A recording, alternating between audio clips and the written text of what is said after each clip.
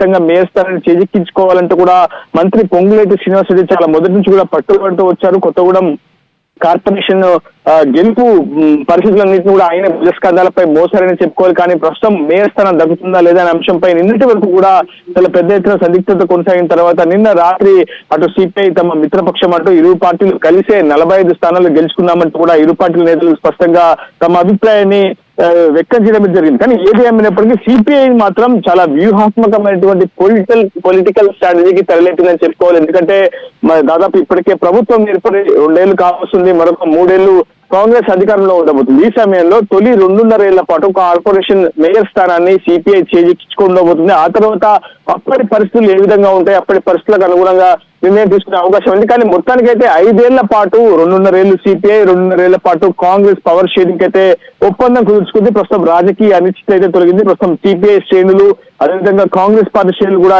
ఈ అంశంపై పూర్తి స్థాయిలో క్షేత్రస్థాయిలో చర్చిస్తున్నారు. ఒకవైపు జాతీయ ప్రయోజనాల మేరకే సిపిఐ నిర్ణయం తీసుకురావాల్సి వచ్చిందని చెప్పి సిపిఐ నేతలు కూడా స్పష్టం చేస్తున్నారు. ప్రస్తుతం దీనికి సంబంధించినటువంటి అంశం ఈ విధంగా ఉంటే, మరోవైపు క్యాడర్ రాజకీయాలకు తెరలేపినటువంటి ప్రధాన రాజకీయ పార్టీ కూడా కొంత చల్లబడ్డాయని చెప్పుకోవాలి. ఎందుకంటే కాంగ్రెస్ చాలా పెద్ద ఎత్తున ఇతర పార్టీలకు సంబంధించినటువంటి నేతలను లోపరుచుకునేందుకు చాలా పెద్ద ఎత్తున తాయిలాలకు తెరలేపిందనేటువంటి ప్రచారం ఊహాగానాలు వ్యక్తమైనటువంటి నేపథ్యంలో మిగిలినటువంటి రాజకీయ పార్టీలన్నింటి కూడా తమ పార్టీ నుంచి గెలిచినటువంటి అభ్యర్థులను సేఫ్ క్యాంపులకు తరలించినటువంటి పరిస్థితి. సో ఒకవైపు బీఆర్ఎస్ కూడా సిపిఐకి ఓపెన్ ఆఫర్ ఇచ్చింది. ప్రస్తుతం ఆ ఆఫర్ ను సిపిఐ తిరస్కరించినట్టుగానే భావించాలి. కానీ ప్రస్తుతం దానికి సంబంధించినటువంటి అంశంపై సిపిఐ ఏ విధంగా స్పందిస్తున్నది మాత్రం వేచి చూడాల్సింది. మరికొద్ది రోజుసేపట్లో సిపిఐ రాష్ట్ర కార్యదర్శి Kothagudem MLA Kunamneni Sambasivarao press meet కూడా నిర్వహించే అవకాశం ఉంది. జరిగినటువంటి చర్చల సారాంశాన్ని అంతా కూడా పూర్తిగా వ్యక్తం చేసే అవకాశం చాలా స్పష్టంగా కనిపిస్తుంది. ఏదేమైనప్పటికీ ఒకవైపు బీఆర్ఎస్ చేసినటువంటి స్ట్రాటజీ కూడా ఇక్కడ వర్కౌట్ అయిందని చెప్పుకోవాలి. ఎందుకంటే బీఆర్ఎస్ కూడా కాంగ్రెస్ ను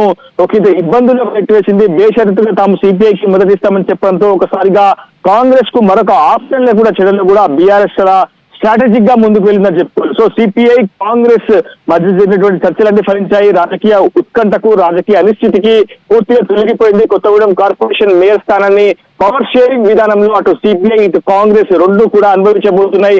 తొలుత 2.5 ఏళ్లు సిపిఐ, ఆ తర్వాత 2.5 ఏళ్లు కాంగ్రెస్ మేయర్ స్థానాన్ని తీసుకోబోతున్నాయి. డిప్యూటీ మేయర్ తొలుత కాంగ్రెస్ కు దక్కబోతుంది, ఆ తర్వాత సిపిఐకి దక్కబోతుంది. ఏదేమైనప్పటికీ సరిగ్గా 2.5 ఏళ్ల తర్వాత ఏ విధమైనటువంటి స్ట్రాటజీస్ ఉంటాయి, అప్పుడు పవర్ లో ఉన్నటువంటి కాంగ్రెస్ పరిస్థితి ఏ విధంగా ఉంటుంది, రేపు రాబోయే ప్రభుత్వంలో ఏమన్నా మార్పులు జరిగితే ఖచ్చితంగా మళ్ళీ ఆ 2.5 ఏళ్లు కూడా చాలా తీవ్రమైనటువంటి ప్రభావాన్ని చూపించే అవకాశం ఉంది. కాబట్టి సిపిఐ మాత్రం గతంలో ఎన్నడూ లేని విధంగా సిద్ధాంతాలను పక్కకు పెట్టి మరి చాలా వ్యూహాత్మకమైనటువంటి పొలిటికల్ స్ట్రాటజీస్ కి సిపిఐ కావచ్చు కామ్రేడ్లు ముందుకు వెళ్ళడం మాత్రం ఆ పార్టీ రాజకీయ ఉనికిని మరింత, ఆ పార్టీ ఎదుగుదలకు మరింత తోడ్పాటు అందిస్తుందని చెప్పుకోవాలి. కళ్యాణ్, ఈ సమావేశంలో ఎవరెవరు పాల్గొన్నారు? ప్రస్తుతం ఈ సమావేశంలో టీపీసీసీ చీఫ్ మహేష్ కుమార్ గౌడ్ తో పాటు సీఎం రేవంత్ రెడ్డి, ఆ తర్వాత మంత్రి పొంగులేటి శ్రీనివాసరెడ్డి కూడా సమావేశానికి హాజరైనట్టు తెలుస్తుంది. సీఎం రేవంత్ ముందు కూడా గతంలో చేసుకున్నటువంటి అనేక ఒప్పందాల గురించి చర్చ కూడా జరిగినట్లు సమాచారం. అయితే ఆ తర్వాత మంత్రి పొంగులేటి కావచ్చు, ఇతరత్ర కాంగ్రెస్ నేతలతో పాటు సిపిఐ నేతలు, వెంకటరెడ్డి వంటి కీలకమైన నేతలు కూడా సిపిఐ జాతీయ నాయకత్వం ఇచ్చినటువంటి అంశాలను పూర్తి స్థాయిలో సీఎం ముందు ఉంచడం జరిగింది. సీఎం కూడా సానుకూలంగా స్పందించారు. తొలి నుంచి కూడా కామ్రేడ్లను కలుపుకునే పోతున్నామని, గత ప్రభుత్వాన్ని పూర్తి స్థాయిలో ఓడించడంలో కాంగ్రెస్ల పాత్ర చాలా క్రియాశీలకంగా ఉందంటూ కూడా సీఎం రేవంత్ రెడ్డి మరొకసారి సిపిఐ శ్రేణులను కావచ్చు కాంగ్రెస్ ఉద్దేశించి కీలక వ్యాఖ్యలు అయితే చేశారు. కానీ అంతర్గతంగా అనేక అంశాలపై చర్చించినట్టు తెలుస్తుంది. కానీ ఆ అంశాలు ఏంటి అనేది మాత్రం అటు కాంగ్రెస్ నేతలు కావచ్చు, ఇటు సిపిఐ నేతలు కావచ్చు బయటికి వ్యక్తం చేయట్లేదు. మరి కొద్దిసేపట్లోనే సిపిఐ రాష్ట్ర కార్యదర్శి కూనంనేని సాంబశివరావు ఈ అంశాలకు సంబంధించి ప్రధానంగా చర్చలకు సంబంధించి కొత్తగూడెం కార్పొరేషన్ పవర్ షేరింగ్ కు సంబంధించి ఒక ప్రెస్ మీట్ నిర్వహించే అవకాశం ఉంది. ప్రెస్ మీట్ లో పూర్తి వివరాలు కూడా వెల్లడించే అవకాశం ఉన్నట్లు సమాచారం. కళ్యాణ్,